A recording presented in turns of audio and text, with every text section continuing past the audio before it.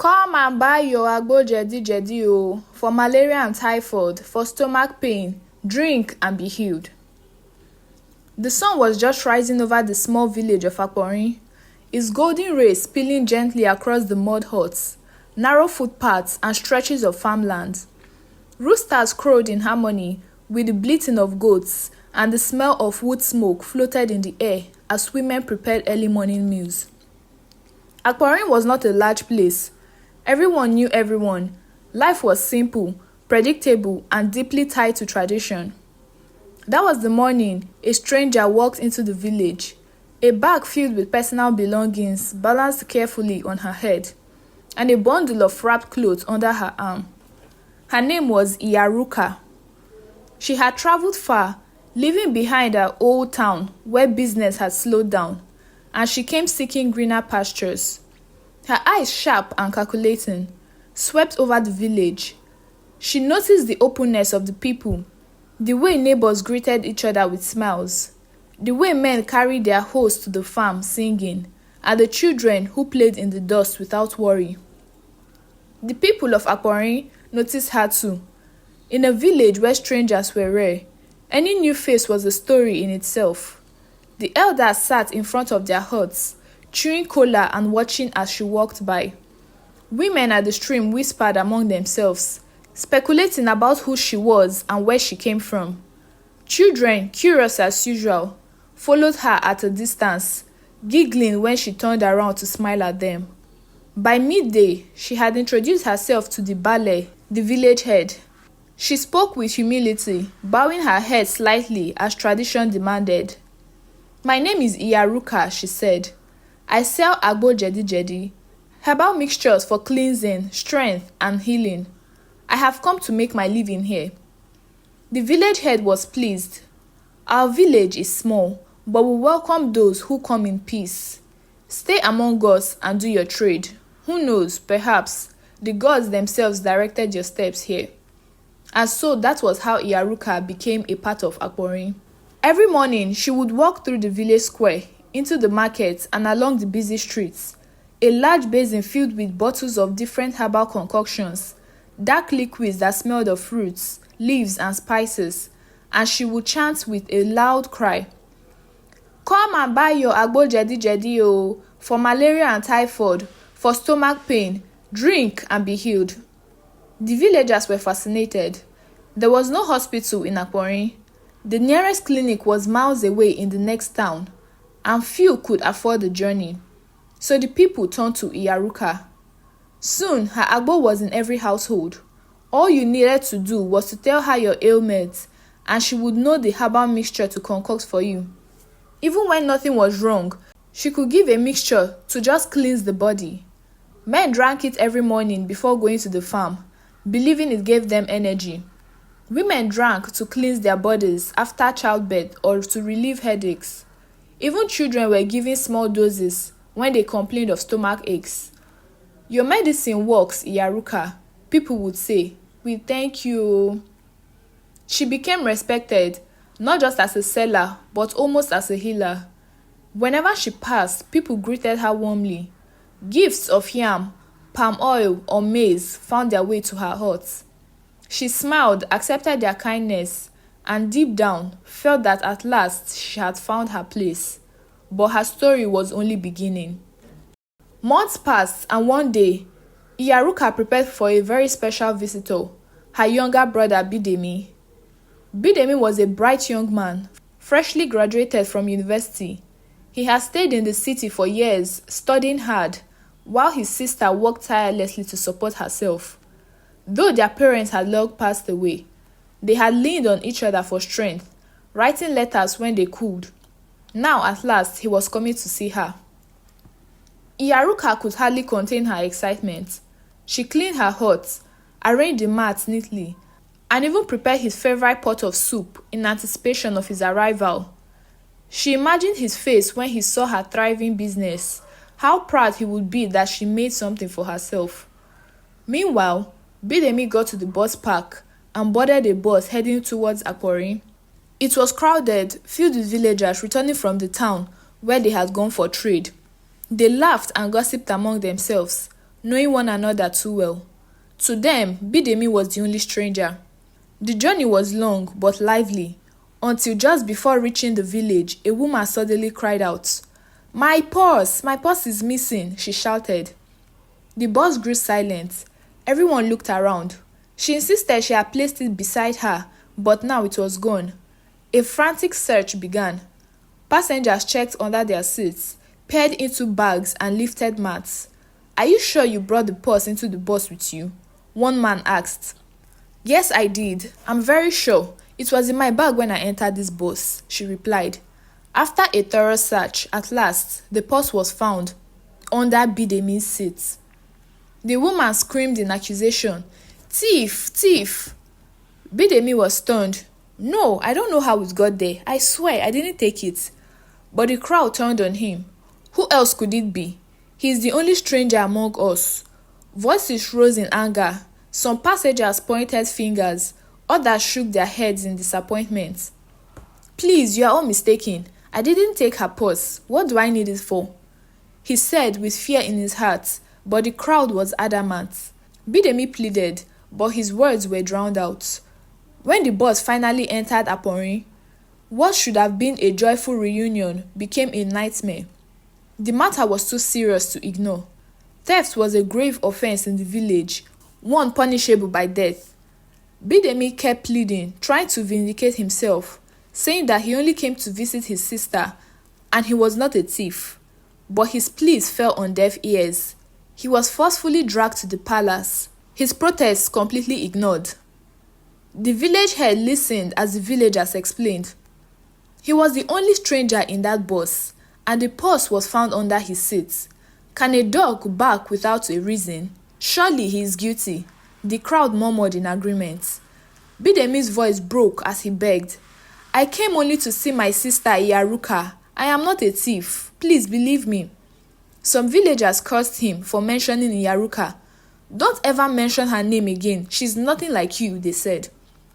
The crowd's voices were louder and overpowering. They demanded justice. In Aporin, stealing was not tolerated. "If we allow a thief to live among us, tomorrow he will steal again," they chanted. The village head sighed. The law of the village is clear. A thief must not live among us. By evening, he shall be executed. And so the verdict was passed.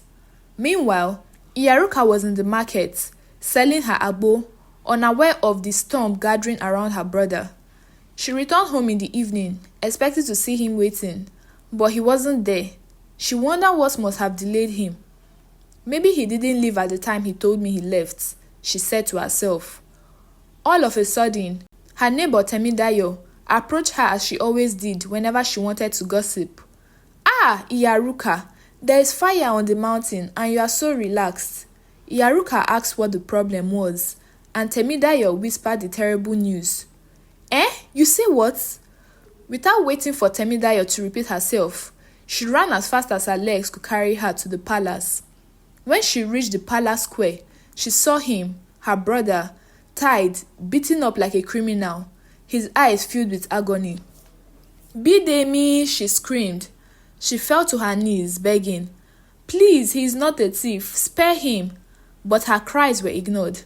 She suggested that even if they believed he really did steal the purse, they should tamper justice with mercy and let him leave the village that evening and never return.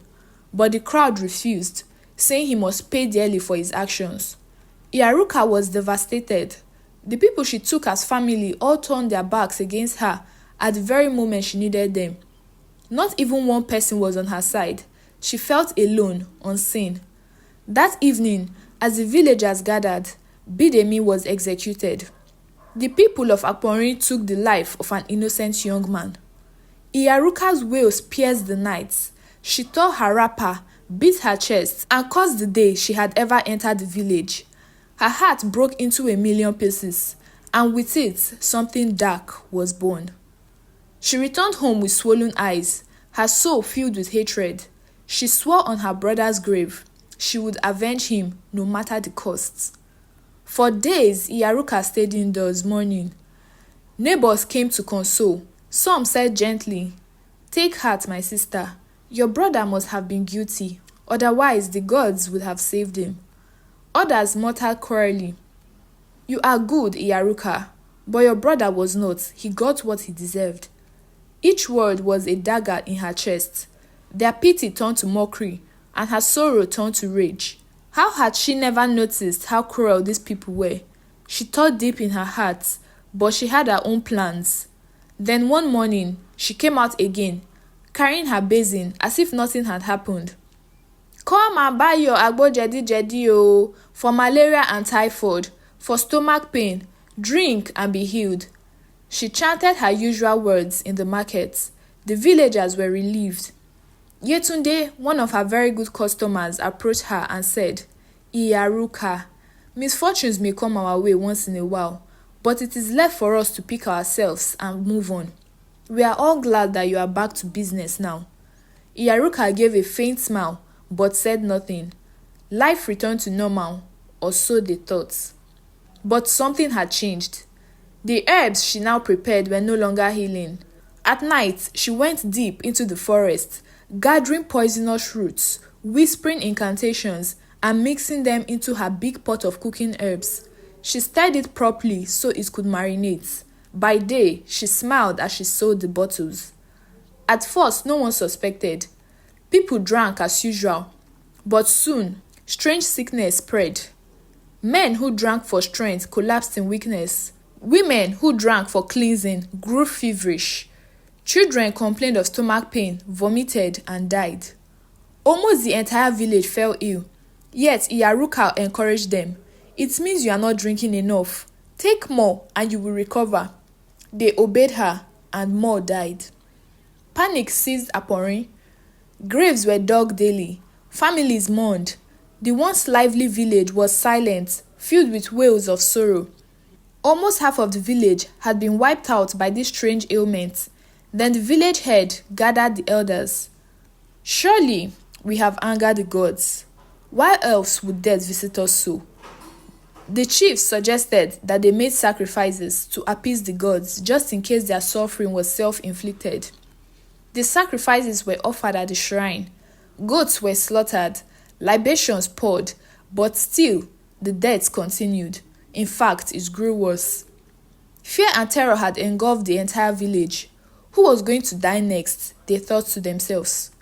One woman, however, grew suspicious.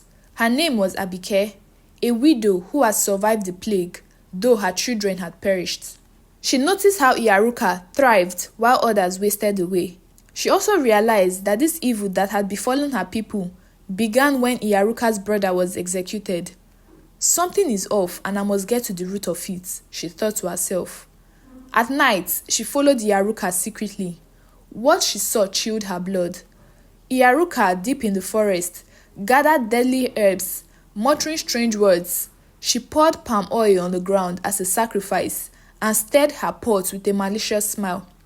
Abike ran back to the village, breathless, unable to sleep that night. Early the next morning, she went straight to the palace and reported to the Bale. He was shocked to hear the news and summoned for Iyaruka immediately. Iyaruka was seized by the guards and brought to the palace. The news had already spread throughout the entire village, and people gathered to hear for themselves if actually Iyaruka was the cause of their misfortune. The village head demanded the truth. Iyaruka lifted her chin proudly. "Yes, I poisoned you all. You killed my brother, an innocent man. I was not going to fold my hands and watch you all go scot-free. I swore to avenge his death, even if it cost me my own life. And now, you have all tasted my pain." Gasps filled the air. Mothers wept, fathers cursed. The king shook his head. "Evil cannot drive out evil. You shall meet the same fate as your brother. By tomorrow, you will be executed." She was thrown into the dungeon, bound with ropes. The villagers went home, now understanding the pain and agony Iyaruka felt at the death of her brother. That night, while the guards slept, Iyaruka found a small opening in the dungeon wall. Wrists bleeding, body sore. She squeezed through and vanished into the darkness. By morning, when the guards came to drag her to her death, the dungeon was empty. They searched the entire village for her, but she was nowhere to be found. Fear spread. "The witch has escaped," they cried. Some said she ran far away. Others whispered she still lurked in the forest, watching and waiting to strike again. But she was never seen again. And though she fled, her heart carried joy, for she had avenged her brother. From that day onwards, the villagers never accused anyone wrongly again. The tale of Iyaruka was told for generations. Children learned that false accusation could destroy a people. Elders would shake their heads and say, when lies condemn the innocent, the truth one day will demand blood. Please put down in the comments, do you think Iyaruka's actions were justified or she took it too far? Do you also think the villagers deserved everything they got from Iyaruka? I hope you enjoyed watching this video. Please don't forget to give it a big thumbs up, comment, subscribe, and turn on your post notification to get notified when next I post a new video. Bye!